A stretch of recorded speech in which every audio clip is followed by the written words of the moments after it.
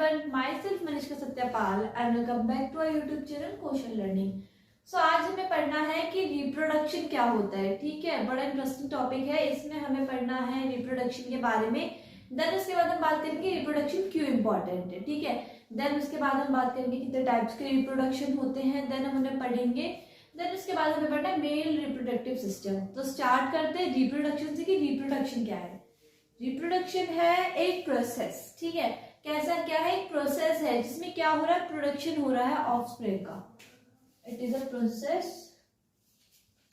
Of production of offspring. क्या है, इसमें प्रोडक्शन हो रहा है इसका ऑफस्प्रिंग का.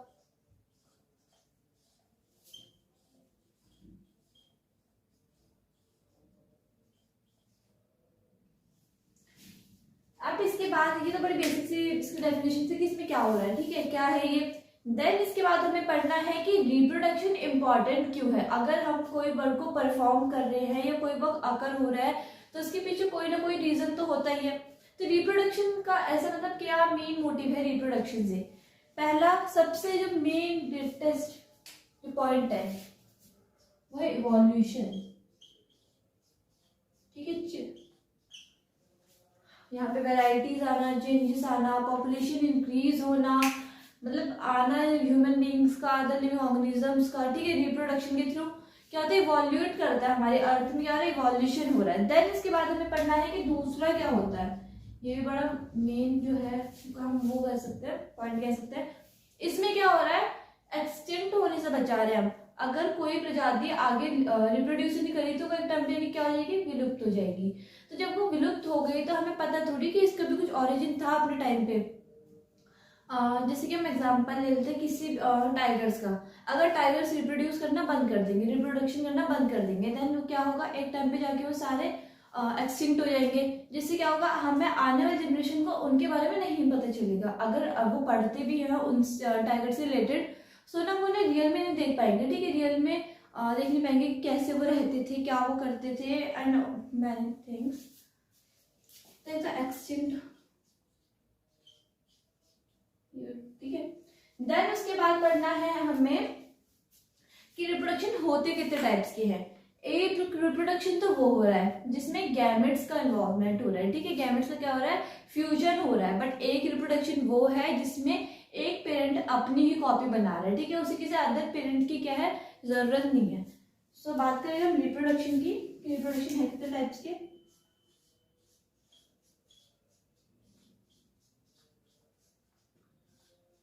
तो दो टाइप्स की reproduction, sexual reproduction and asexual. अब जो सेक्सुअल रिप्रोडक्शन है इसमें क्या हो रहा है, इसमें दो गैमेट्स का फ्यूजन हो रहा है. मेल एंड फीमेल गैमेट्स का क्या हो रहा है, फ्यूजन. जिसमें मेल क्या होगा, मेल गैमेट क्या होगा, स्पर्म होगा एंड फीमेल गैमेट्स क्या होगा, ओवा होगा, एग होगा. ठीक है, इन दोनों के फ्यूजन से प्रोसेसेस होते हैं. ठीक है, कहाँ पे फीमेल के बॉडी में अकर होते हैं प्रोसेसेस. देन उसके बाद क्या होता है, ऑफस्प्रिंग का क्या होता है, बर्थ होता है. ठीक है, एक ऑफस्प्रिंग प्रोड्यूस होता है किसमें, सेक्सुअल रिप्रोडक्शन में, जिसमें दो गैमेट्स की क्या है, इन्वॉल्वमेंट हो रही है. दो गैमेट्स क्या है, कंपल्सरी है रिप्रोड्यूस करने के लिए. ठीक है, क्या हो रहा है उससे, अगर सेक्सुअल रिप्रोडक्शन मतलब अगर जिसे सेक्सुअल रिप्रोडक्शन का मेन सबसे मेन एग्जांपल ह्यूमन बींग्स है. ह्यूमन बींग्स में क्या हो रहा है, सेक्सुअल रिप्रोडक्शन हो रहा है. अगर ह्यूमन बींग्स में सिर्फ मेल मेल गैमेट है, एक के बाद एक फीमेल फीमेल, तो क्या होगा, आपस में रिप्रोड्यूस नहीं कर पाएंगे. मतलब एक ही रिप्रोड्यूस नहीं कर सकता. बात करें असेक्सुअल रिप्रोडक्शन की, तो असेक्सुअल रिप्रोडक्शन में क्या है कि जो पेरेंट है वो खुद की ही कॉपी बना ले रहा है. ठीक है, उसे किसी अदर गैमेट या किसी की भी नीड नहीं है किसी ऑफस्प्रिंग को प्रोड्यूस करने के लिए. तो क्या था, sexual reproduction and asexual reproduction. Sexual reproduction में क्या था कि हमें ना दो गैमेट्स का इन्वॉल्वमेंट इनके फ्यूज करने की जरूरत पड़ रही थी. बट सेक्सुअल रिप्रोडक्शन में कहें तो उसमें क्या होता है कि पेरेंट्स खुद की कॉपी बना रहे थे. ठीक है, इटसेल्फ हमें कॉपी बना रहा था, सॉरी. देन उसके बाद हम बात करते हैं कि मेल रिप्रोडक्टिव सिस्टम की बात करते हैं. इसके बाद ये सब चीजें बताई बहुत ज्यादा बेसिक थी, आपने इंडियन क्लासेस में पढ़ा है. देन इसके बाद करते हैं मेल रिप्रोडक्टिव सिस्टम में. मेल रिप्रोडक्टिव सिस्टम प्रेजेंट कहाँ पे, in the body of males. ठीक है। देन उसके बाद हम बात करनी है कि मेल रिप्रोडक्टिव सिस्टम लोकेटेड कहाँ पे है। ये लोकेटेड रहता है पेल्विस रीजन में,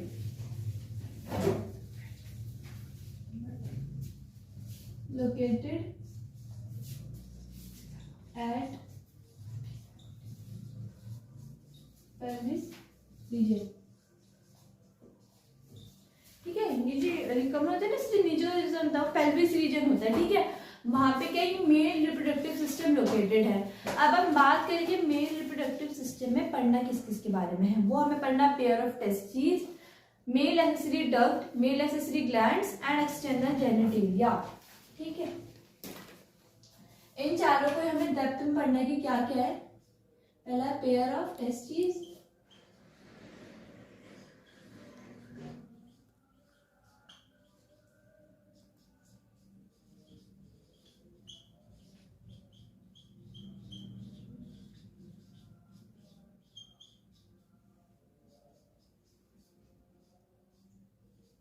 mail accessory gland and in the end हमें पढ़ना है एक्सटर्नल जेनिटेलिया के बारे में।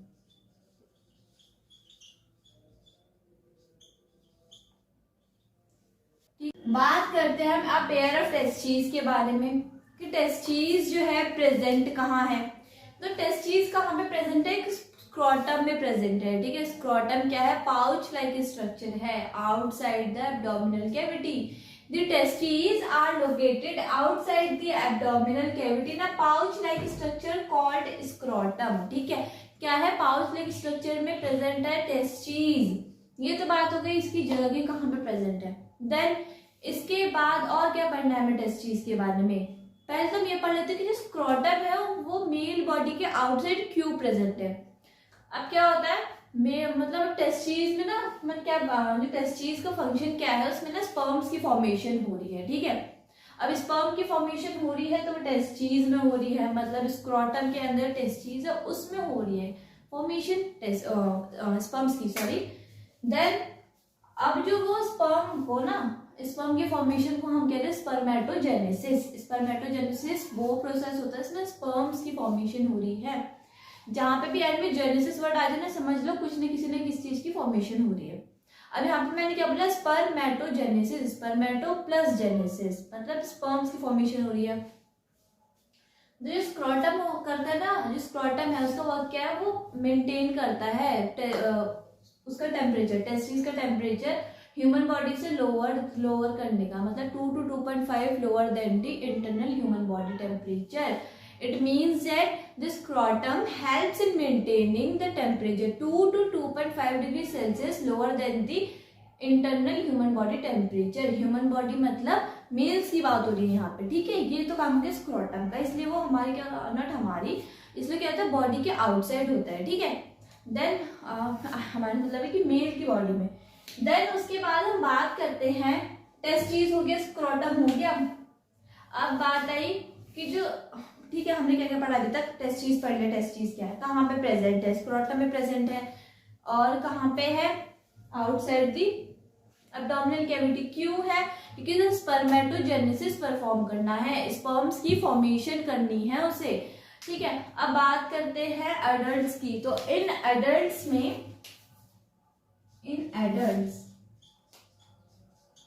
इसकी जो लेंथ होती है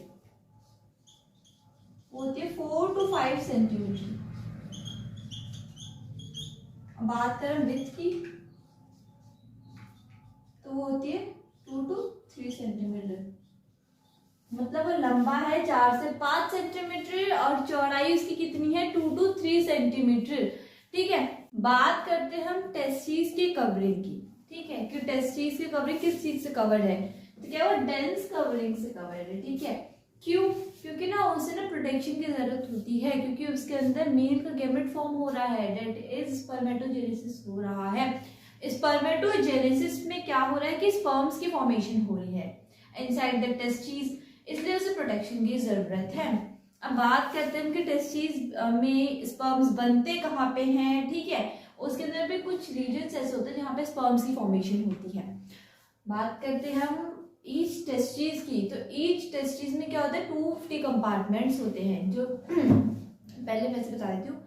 each testis has 250 compartments, that is a pair of testis have 500 compartments. क्या मतलब है इसका कि बात करें तो एनसीईआरटी के थ्रू जाएंगे तो क्या बोलेगा उसमें कि 250 कंपार्टमेंट्स होते हैं हमारे टेस्टिस में। पर कितने टेस्टिस में? एक टेस्टिस में each testis has 250 compartments. But हम बात करें पेयर ऑफ टेस्टिस की तो कितने कंपार्टमेंट हो गए? 500 कंपार्टमेंट्स हो गए। ठीक है, अब क्या बात है कि उन कंपार्टमेंट के अंदर भी 1 से 3 1 to 3 हाईली कॉइल्ड कंपार्टमेंट्स होते हैं जिन्हें हम कह रहे हैं सेमिनिफेरस ट्यूब्यूल कह रहे हैं। जो 500 कंपार्टमेंट्स थे उन्हें हम टेस्टिकुलर लोब्यूल कह रहे थे। उनके अंदर जो कंपार्टमेंट्स हैं 1 to 3 वो है हाईली कॉइल्ड। ठीक है, जो कि जिन्हें हम क्या कह रहे हैं? सेमिनिफेरस ट्यूब्यूल कह रहे हैं। लिख लेते हैं। Each testis 250 compartments, pair of testes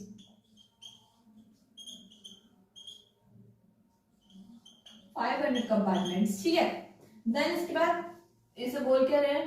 testicular lobule. इनके अंदर भी 1 to 3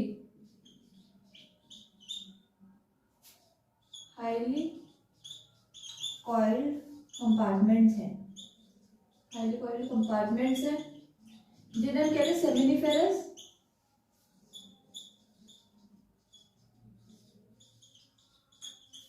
लोब्यूल। याद रखना, एक है टेस्टिकुलर लोब्यूल, देन उसके अंदर जो कंपार्टमेंट है वो है सेमिनिफेरस ट्यूब्यूल। ठीक है, अब बात करते हैं इसके आगे। तो जो सेमिनिफेरस ट्यूब्यूल है ना वो दो चीजों से लाइंड अप है। क्या है? दो चीजों से लाइंड अप है। एक तो है मेल जर्म सेल्स और दूसरा क्या है? सर्टोलाइज सेल्स है। क्या है? The seminiferous tubule is lined up by 2 types of cells. That's what first is male germ cells and the second one is Sertoli cells. ठीक है, दूसरा क्या है? सर्टोलाइज सेल है। अब मेल जर्म सेल्स का एक और नाम होता है जिसे हम क्या कह रहे हैं? स्पर्मेटोगोनिया कह रहे हैं।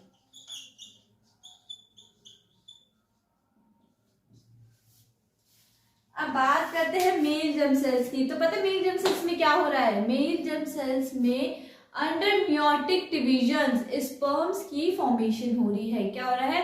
मियोटिक डिवीजन में स्पर्म्स की फॉर्मेशन हो रही है। ठीक है, ये किसमें हो रहा है? स्पर्मेटोगोनिया में हो रहा है, that is male germ cell में। ठीक है, अब बात करते हैं सर्टोलाइज सेल का फंक्शन क्या है। इसका तो हमने पढ़ लिया कि फंक्शन क्या है। मेल जर्म सेल्स का ये प्रोडक्शन कर रहा है स्पर्म्स का, गैमेट्स का प्रोडक्शन कर रहा है। सर्टोलाइज सेल्स ना न्यूट्रिशन दे रही है किसे? जर्म सेल्स को। जर्म सेल्स को क्या दे रही है? न्यूट्रिशन दे रही है ताकि जो स्पर्म्स हो उनमें न्यूट्रिशन हो। ठीक है, क्या काम हुआ? इनने स्पर्म्स प्रोड्यूस करा और इनने क्या करा? सर्टोलाइज सेल्स ने क्या करा? उसे न्यूट्रिशन प्रोवाइड करा। Produce sperm, provide nutrition।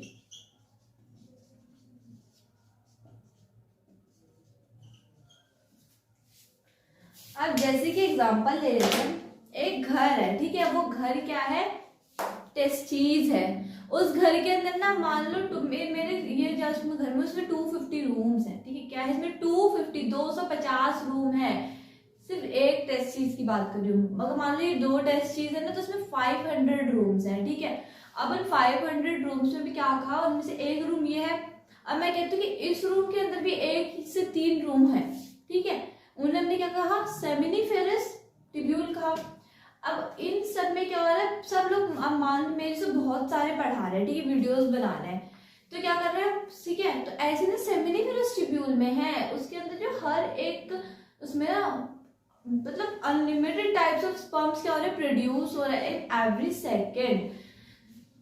Then उसके बाद हमने बोला कि उसके अंदर भी क्या है, सेमिनिफेरस ट्यूब्यूल के अंदर भी क्या है, दो चीजें लाइन अप है, एक मेल जर्म सेल्स जिन्हें हम स्पर्मेटोगोनिया कह रहे थे, दूसरा है सर्टोलाई सेल्स। ठीक है, जो मेल जर्म सेल्स है वो क्या प्रोड्यूस कर रहा है, वो स्पर्म्स प्रोड्यूस कर रहा है।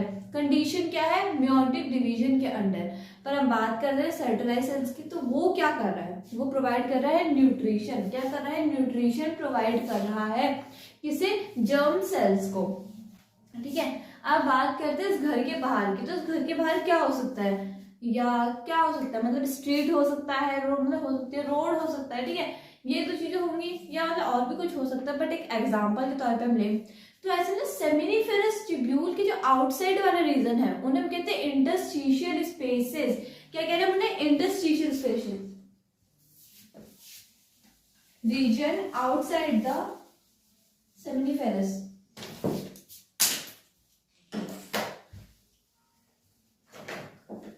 region outside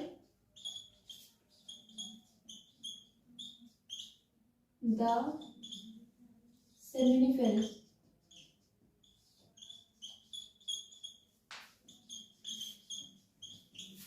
interstitial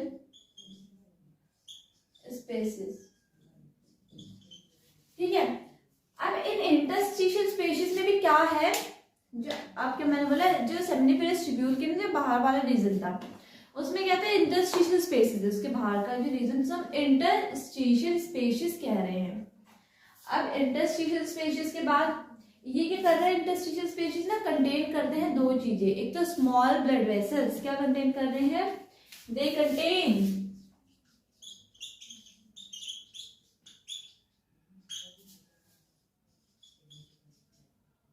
small blood vessels and interstitial cell। ठीक है, अब इंटरस्टिशियल सेल और स्मॉल ब्लड वेसल है इनके पास। अब बात करते हैं इंटरस्टिशियल सेल्स की, तो हमें समझना है इंटरस्टिशियल सेल के बारे में। तो इंटरस्टिशियल हमारा सेल है ना, उसे लेडिक सेल भी कहते हैं। बात करें हम लेडिक सेल की, तो लेडिक सेल का क्या वर्क है, अब मतलब ये आउटसाइड द सेमिनिफेरस ट्यूब्यूल है। ठीक है, हमें इनकी लोकेशन पता चल गई, बट ये कर क्या रहे हैं, जो इंटरस्टिशियल सेल है जिन्हें हम लेडिक सेल्स भी कह रहे हैं, ये क्या कर रहे हैं, पहले सिंथेसाइज बना रहे हैं, देन सिक्रेट कर रहे हैं क्या, मेल हार्मोन जिन्हें हम कह रहे हैं androgen. They synthesize and secrete male hormone, they synthesize and secrete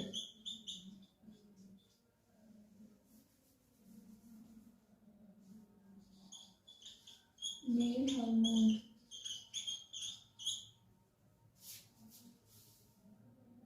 called androgen। Androgen एक मेल हार्मोन है जो कौन प्रोड्यूस कर रहा है, ये कौन बना रहा है, लेडिक सेल्स बना रहा है। ठीक है, और इसके अलावा other immunological cells are also present in this pair of testis. एक बार रिकॉल ले लेते हैं, हमने स्टार्टिंग से बात करी थी पेयर ऑफ टेस्टिस की। टेस्टिस कहाँ पे प्रेजेंट थे, pouch like structure outside the abdominal cavity is called scrotum. ठीक है, उसमें क्या प्रेजेंट थे, टेस्टिस प्रेजेंट थी। The scrotum helps in maintaining temperature 2 to 2.5 degree Celsius lower than the internal human body temperature. ठीक है, 2 से 2.5 डिग्री सेल्सियस कम human body temperature से। क्यों, स्पर्मेटोजेनेसिस के लिए, स्पर्म्स की फॉर्मेशन के लिए। देन उसके बाद क्या बात आती है, उसके बाद हमने पढ़ा था कि वो डेंस कवरिंग से कवर्ड है, उसकी लेंथ थी 4 to 5 सेंटीमीटर, विड्थ उसकी 2 to 3 सेंटीमीटर। जो 500 कंपार्टमेंट्स हम टेस्टिकुलर लोब्यूल कह रहे थे, उनके अंदर जो भी 1 to 3 हाईली कॉइल्ड जो हमारे कंपार्टमेंट थे उन्हें हम कहते हैं सेमिनिफेरस। क्या होता है, सेमिनिफेरस ट्यूब्यूल कह रहे थे। ठीक है, अब उन सेमिनिफेरस ट्यूब्यूल में भी क्या हो रहा था, दो चीजें थी, दो चीजों से लाइन अप था। वो एक मेल जर्म सेल्स जिन्हें हम स्पर्मेटोगोनिया कह रहे थे, एक था सर्टोलाई सेल्स जिन्हें हम क्या कह रहे थे, उनको नजर नहीं था, सॉरी। मेल जर्म सेल्स में क्या था, अंडर मियोटिक डिवीजन वो स्पर्म्स का प्रोडक्शन कर रहे थे। और ऑन द अदर हैंड बात करते हैं सर्टोलाई सेल्स की, तो वो क्या कर रहे थे, वो न्यूट्रिशन प्रोवाइड कर रहे हैं किसे, जर्म सेल्स को। ठीक है, जर्म सेल्स को क्या कर रहे हैं, वो न्यूट्रिशन प्रोवाइड कर रहे हैं। देन उसके बाद बात करते हैं हम सेमिनिफेरस ट्यूब्यूल के आउटसाइड वाले रीजन की, तो वो होता है interstitial cell. Interstitial cell contain small blood vessels and interstitial cells also called Leydig cell. Leydig cell synthesize and secrete male hormones called androgen.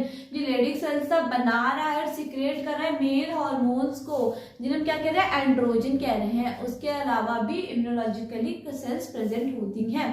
ये तो था हमारा टेस्टिस के बारे में. ठीक है, अब इसके बाद हमें क्या पढ़ना है, मेल एक्सेसरी डक्ट के बारे में. तो 4 टाइप के डक्ट होते हैं. कौन कौन से, रेडिटेस्टिस, then vas efferentia, then epididymis and then vas deferens. लिख लेते हैं, then बताते क्या है. तो अभी मैंने क्या बोला कि जो मेल 6 एक्सेसरी डक्ट्स हैं, 4 हैं, रेडिटेस्टिस, vas efferentia, epididymis and then vas deferens. बात करते हैं हम सेमिनिफेरस ट्यूब्यूल की. ठीक है, seminiferous tubules opens into the the seminiferous tubule of the testis. ठीक है, ये बोलना जरूरी है, पता तो है ही, मैंने बताया था कि सेमिनिफेरस ट्यूब्यूल टेस्टिस में ओपन है, मतलब होता है. the seminiferous tubule of the testes open into the vasa efferentia through retrotestis. मतलब जो सेमिनिफेरस ट्यूब्यूल है किसका, टेस्टिस का, ओपन हो रहा है वासा एफरेंशिया में. किसके थ्रू, रेट्रोटेस्टिस के थ्रू. ठीक है, opens into vasa efferentia, opens into vasa efferentia through retrotestis.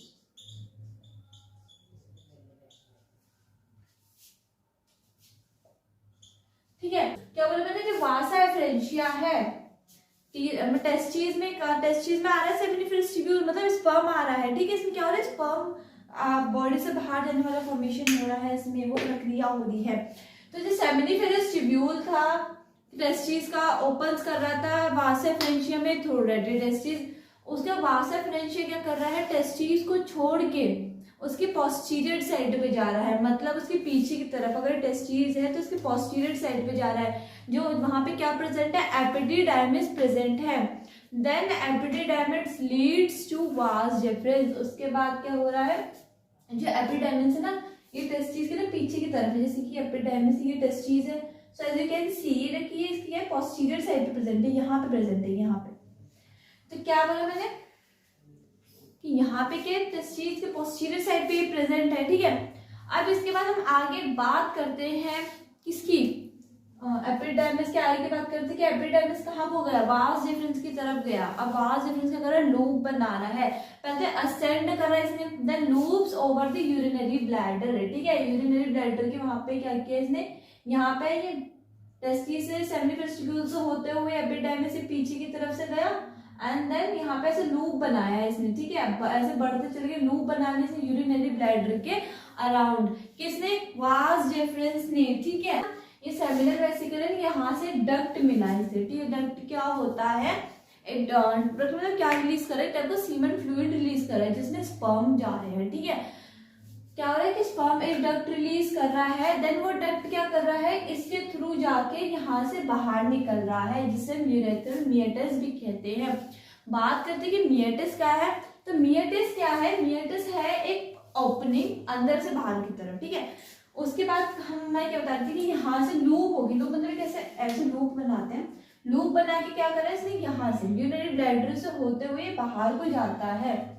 अब क्या कर रहा है, ये यूरिनरी ब्लैडर है, ये स्टोर कर रहा है ट्रांसपोर्ट, पहले से हमने स्टोर करा, ट्रांसपोर्ट करा. ठीक है, अब क्या कर रहा है, यहीं से इससे पहले ये यूरेथ्रा में जाके ये गया, एंड उसे एक और चीज कहते हैं, उसे कहते हैं इजैकुलेटरी डक्ट. ठीक है, वहां पर इसने स्टोर करा एंड ट्रांसपोर्ट करा किसका, सेमिनल वेसिकल के अंदर डक्ट था उसको लेके, फिर कहाँ पे हुआ, ये यूरेथ्रल मियोटिस के थ्रू बाहर आ गया.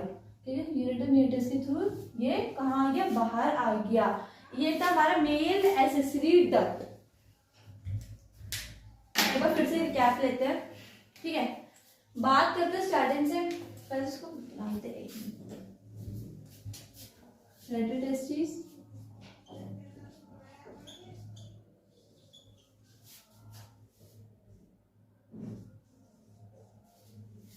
vasa afferentia, then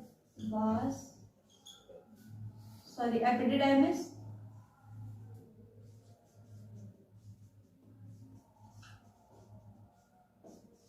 vas deferens. The seminiferous tubule of testes opens into the vasa afferentia through retrograde testes. Then क्या बोला मैं सेमिनल वेसिकल कह रहा जो शीट पोर्शन है, इसे हम सेमिनल वेसिकल कह रहे हैं, ठीक है। देन पहले बताते हैं कि यूरेथ्रा मेटस के थ्रू जाता है, ये क्या कर रहा है, आउटसाइड जा रहा है। देन उसके बाद क्या कर रहा है, लूप करता है, ये मतलब घूमता है।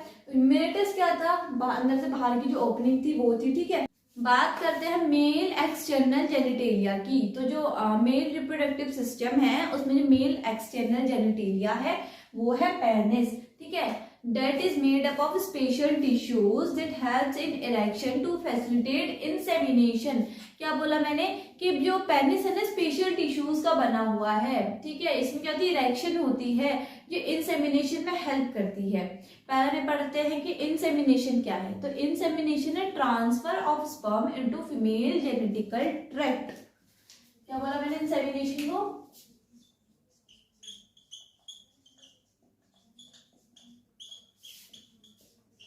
Transfer of sperm into female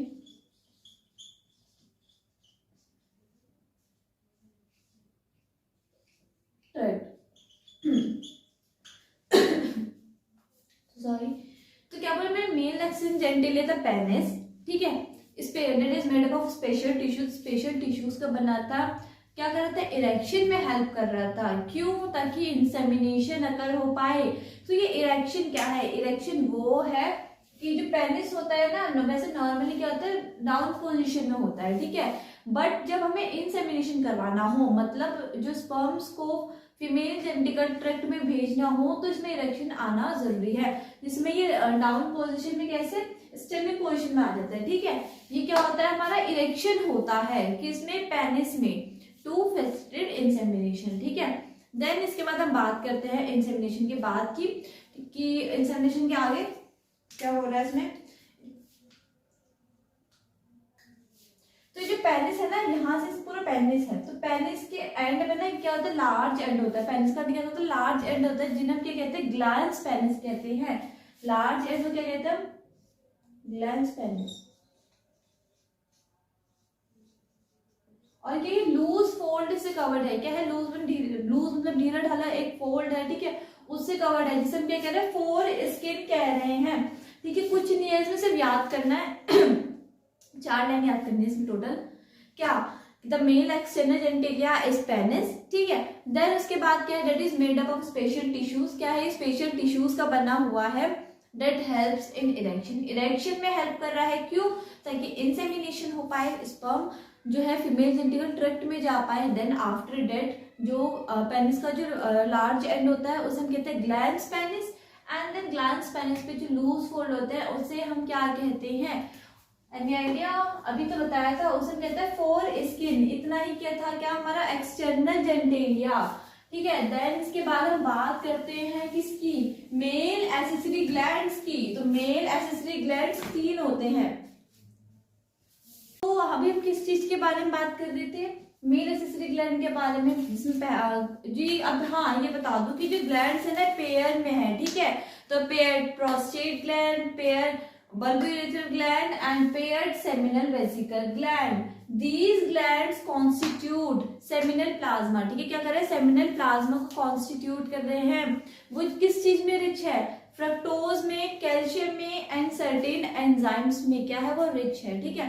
ये ग्लैंड्स मिलके ना वो एक क्या बना रहे हैं, सेमिनल प्लाज्मा बना रहे हैं, जो जिसके अंदर किस चीज की मात्रा ज्यादा है, एक तो फ्रक्टोज की हो गई, एक कैल्शियम हो गई, और एक क्या है सर्टेन एंजाइम्स है, ठीक है। सर्टेन एंजाइम्स का नाम लेना बहुत ज्यादा जरूरी है अगर आपके आगे क्वेश्चंस में आता है तो।